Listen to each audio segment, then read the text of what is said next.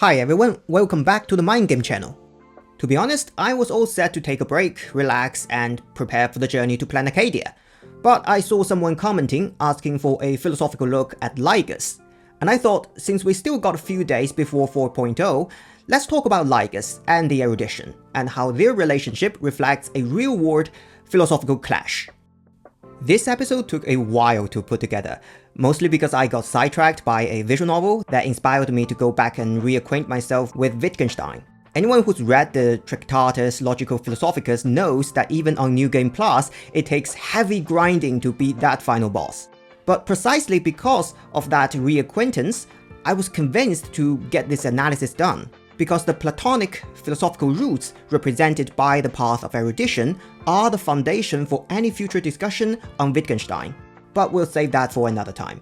Spoiler warning, this video contains major spoilers for the entire Amphoreus arc from 3.0 to 3.7.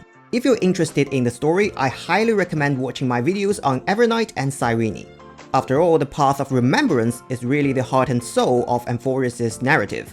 That being said, you can definitely watch this analysis first. Those two videos are prerequisites for understanding this one. Anyway, without further ado, let's trace the path of erudition all the way back to ancient Greece, to a cave where the sun doesn't shine, and a kind, if somewhat clumsy, creator.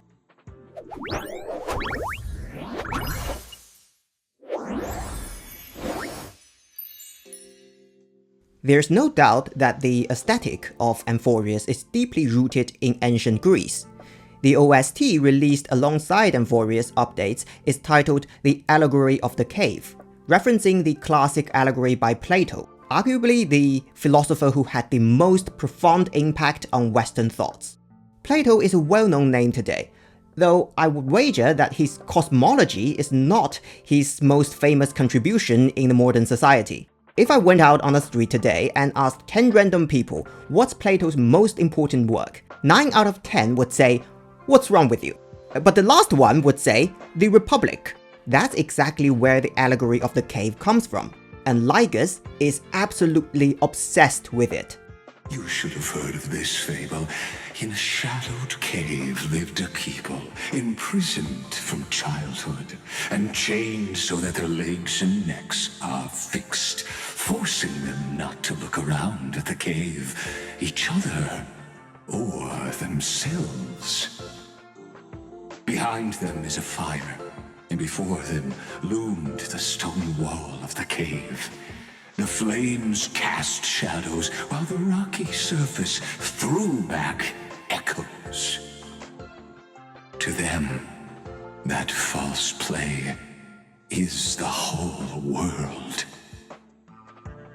Now, Plato's original description is a bit more complex and specific than Lygus' summary, but I won't waste your time with irrelevant technicalities. If you want to learn more about the allegory itself, there are plenty of videos on YouTube, or you can just go read The Republic. The part covering the allegory is at the very beginning of book 7th. That part is quite short, you can finish it in like 10 minutes. If you have read it, you'd realize that Plato's focus isn't actually on the dichotomy of fake versus real. It's about how we access the truth and what we're supposed to do once we find it. Plato is talking about education here. In his allegory, the wise one who witnessed the sun's light returns to the cave only to be killed by the other prisoners. He's obviously referencing the fate of his mentor and friend, Socrates, who was famously executed by the Athenians. Ironically, in the Republic, Plato uses Socrates as the mouthpiece to explain this very philosophy. Lygus, however, doesn't care about any of that. He pivots immediately to the authenticity of reality. Can the prisoners in the cave learn to see the shadows and echoes for what they are, and stop mistaking them for reality?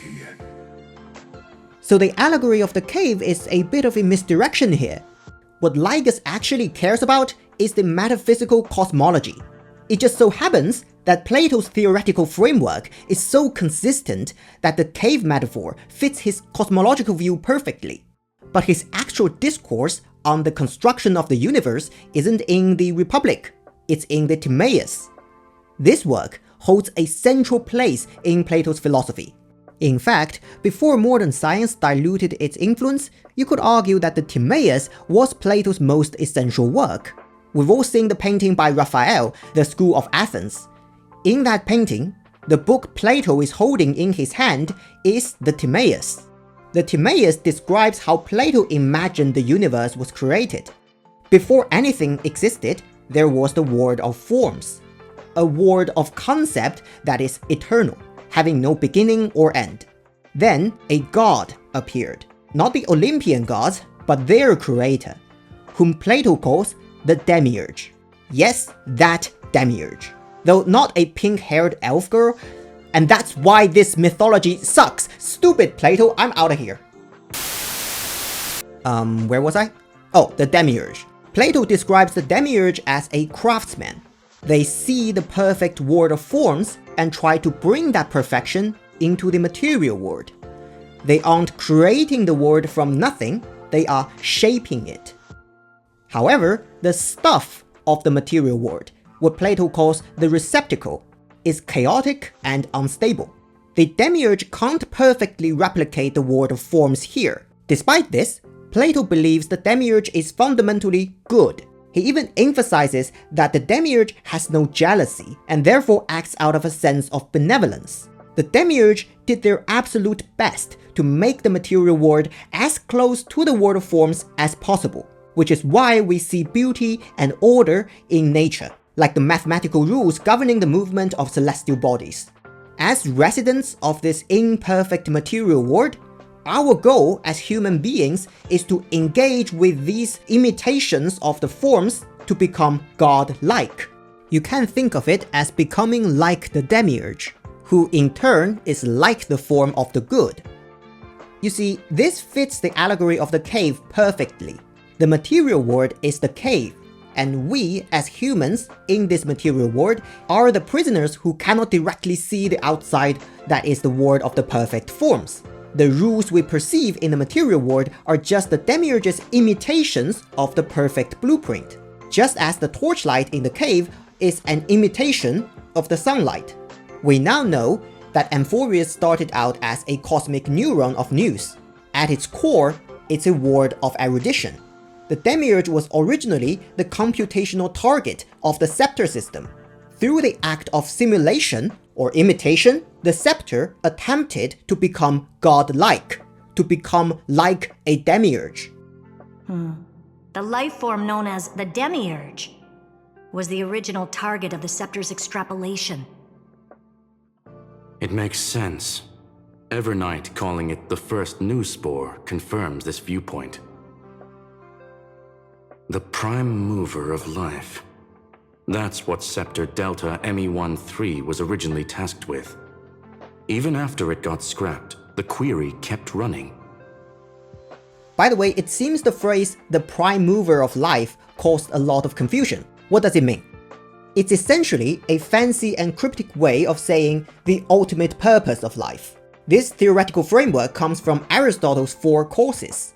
Aristotle argued that there are 4 reasons or causes for why anything exists: the material cause, the formal cause, the efficient cause, and the final cause. Since this isn't a video specifically on Aristotle, we won't get into the details, but the key takeaway is that in this model, the purpose of something is also one crucial aspect of the fundamental reason for its existence, which is expressed as its final cause. For example, the final cause of a car is to move people and things from point A to point B. But notice, to explain the purpose of a car, you have to reference things that aren't the car, like people and cargo. So what is the final cause of existence as a whole? There's nothing outside of it left to reference.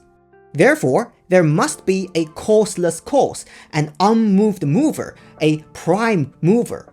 In Aristotle's context, the prime mover mostly refers to the ultimate goal or purpose. There are finer nuances, of course. For starters, the prime mover also incorporates the aspect of the efficient cause in addition to final cause, and that this goal or purpose represents a sense of directionality rather than active agency.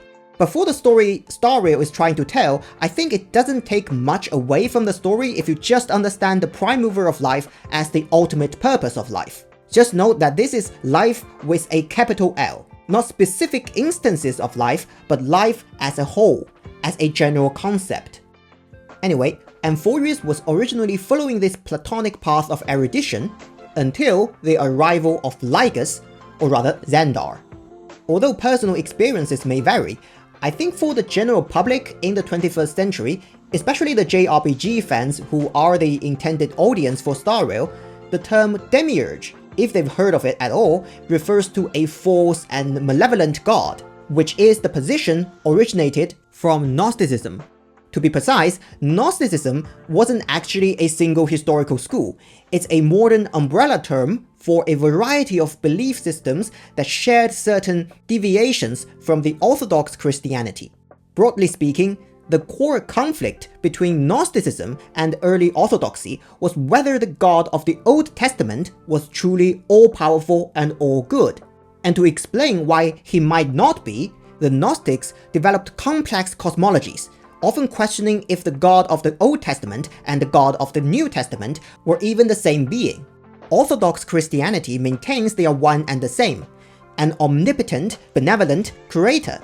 But if you read the Bible like a story, you might notice the characters of God in the Old and New Testaments feel quite different. This leads to a classic problem of evil. Why would an all-powerful, all-good God allow the existence of evil in his creation? There are many answers. The Gnostic solution was to claim that the God of the Old Testament, who created the world in 6 days, was not the supreme being. Instead, he was a lesser god who mistakenly believed he was supreme. The Gnostics believed that above him there is a true supreme being, the Father of Jesus Christ, sometimes called the monad.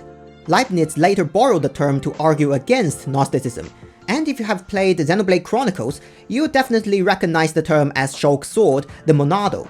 Xenoblade is one of my favorite series and a must-play if you own a Switch, so I won't get into any spoiler here. Suffice to say that the series' soul is essentially an existentialist pivot rooted in Gnostic thoughts. Its predecessor, Xenosaga, is even more overt with its Gnostic and Christian imagery. But I digress. In any case, multiple Gnostic belief systems use the term demiurge to describe this lesser creator god. Demiurge wasn't his name so much as his rank, because the Gnostics were essentially paying an homage to Plato's cosmology. Different Gnostics had different terminology, but generally Plato's form of the good, which is the sun in the allegory, became the monad. The world of forms, which is the outside of the cave, became something called the pleroma, meaning completion or fullness, and the demiurge remained the demiurge. One major Gnostic sect, the Valentinians, mostly stuck to Plato's view. The demiurge wasn't evil, just ignorant of his own nature. But the Sethians were much more radical. They believed the demiurge was not only ignorant, but arrogant and jealous. He saw the human souls carried a divine spark, or pneuma. Xenoblade 2 fans anywhere? Well, this divine spark was emanated from the monad.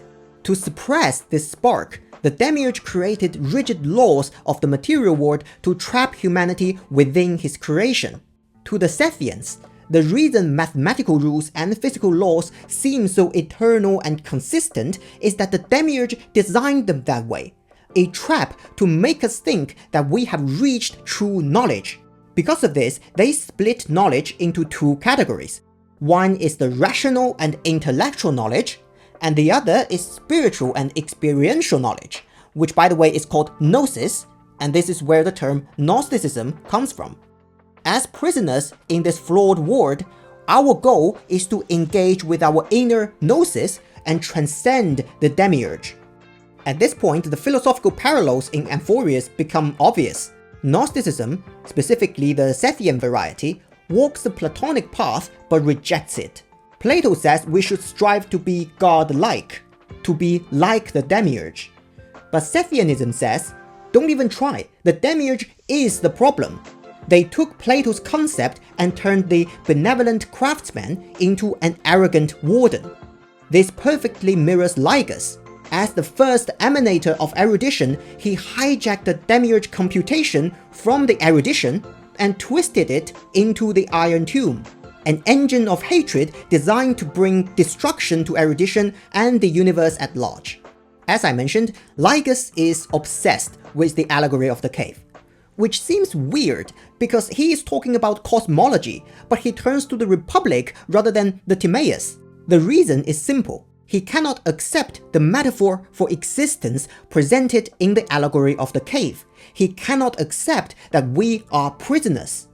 Some argue his motivation is pure arrogance, that he cannot stand his creation surpassed him. But I think this sells the first genius a bit short.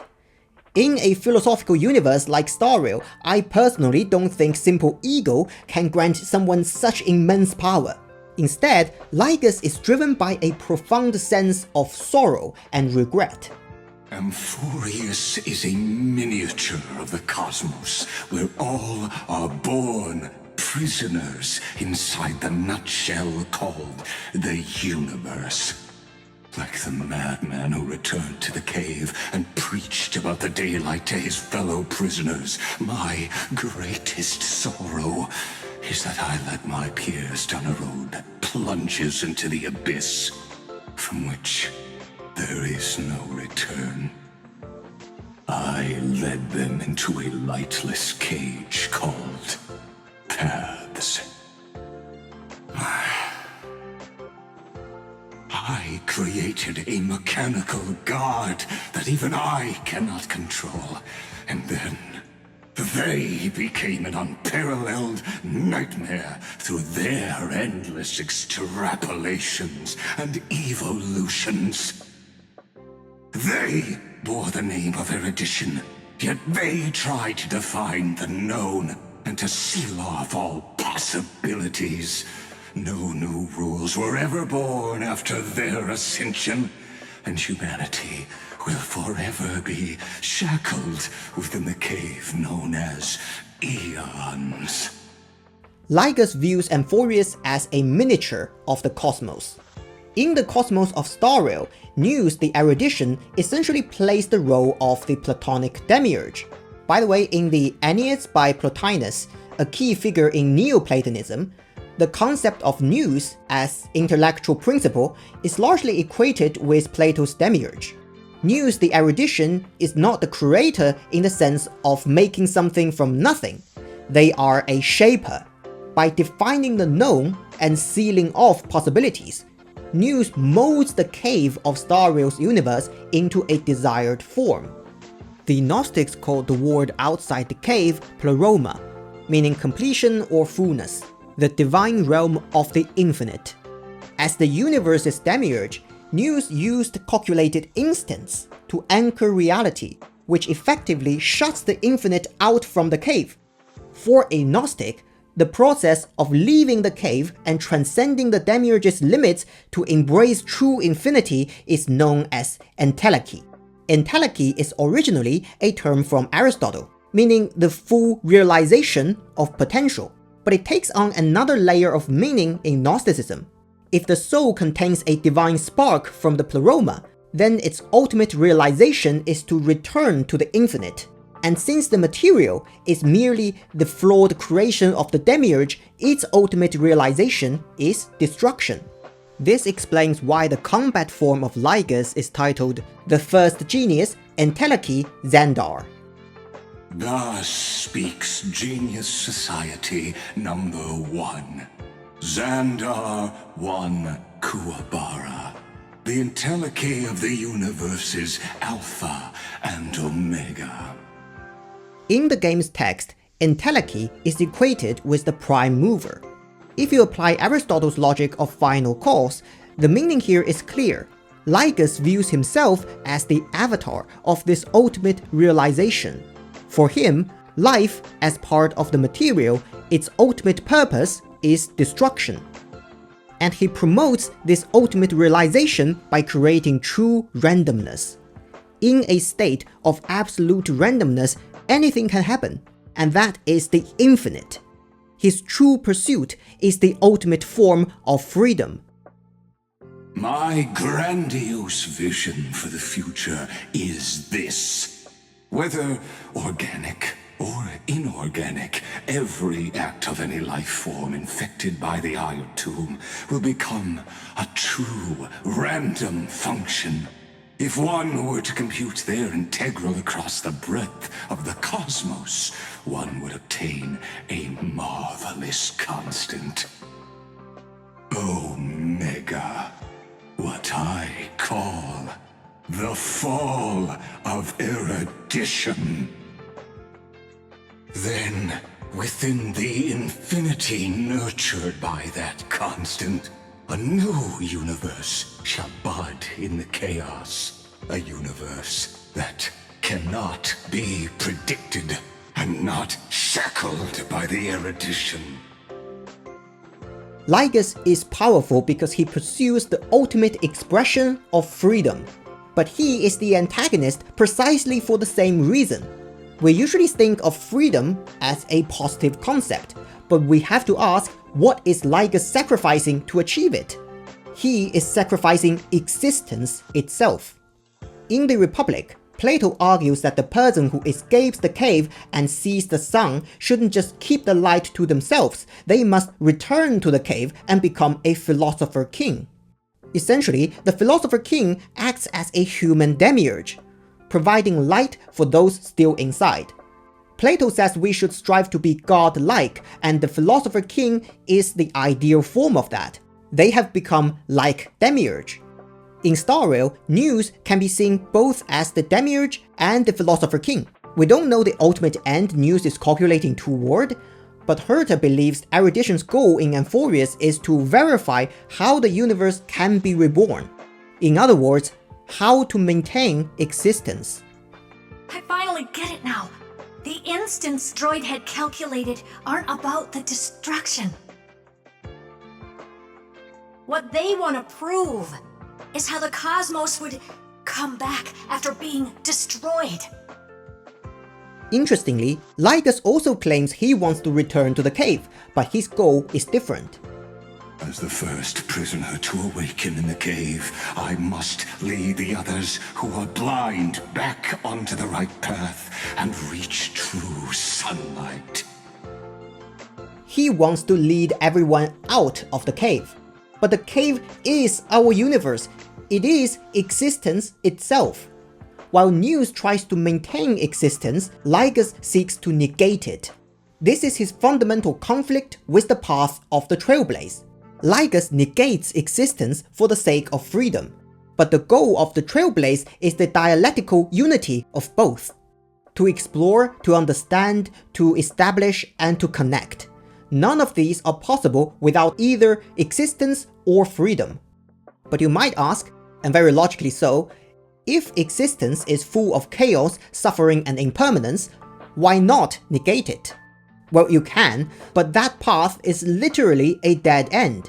It's a logical loop that only ends when you do. If you collect all the creation nymphs and returns to the exomyth, you'll find Lygus' final message.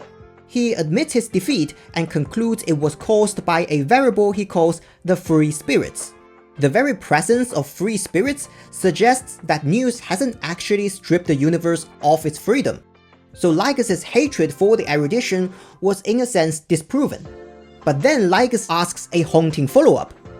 How do we know that News is truly free?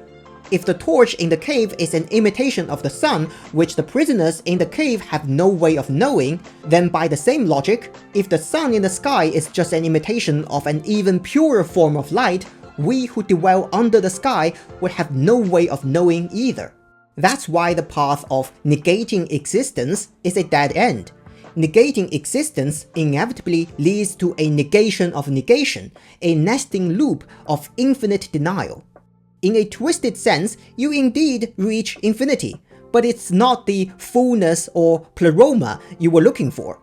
Being locked in this infinite loop is where freedom is actually lost. We call those in the cave prisoners because we are looking from an outside perspective.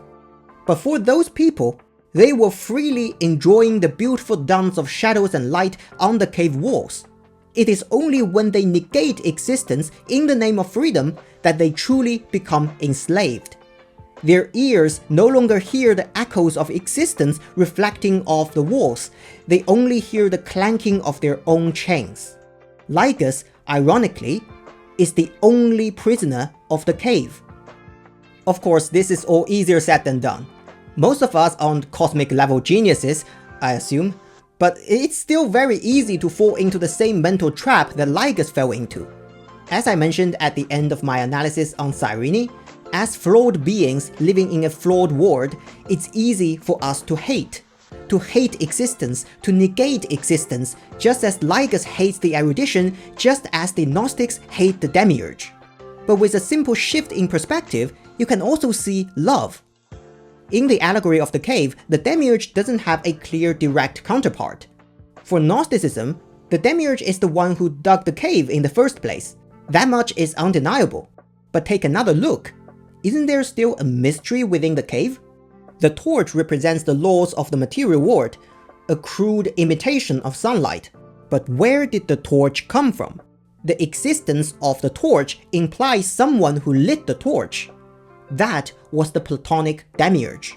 Just as the demiurge in Star Rail never personally appeared in the history of Amphoreus, the ripples of her existence, Cyrene, flow through the world from beginning to end. The demiurge lit the torch because they love existence. They grant light, even one that is simulated, faint, and unstable, to those within the cave. There is a saying, the road to hell is paved with good intentions. But we might also put it this way, even on a journey toward hell, one is always accompanied by kindness. Well, I didn't intend to go on for this long, but it seems I've been talking for nearly half an hour again. I really need to break this habit. Villains always die because they talk too much and all that. Anyway, I hope you enjoyed the video and that it helped you enjoy this wonderful game even more. Until next time.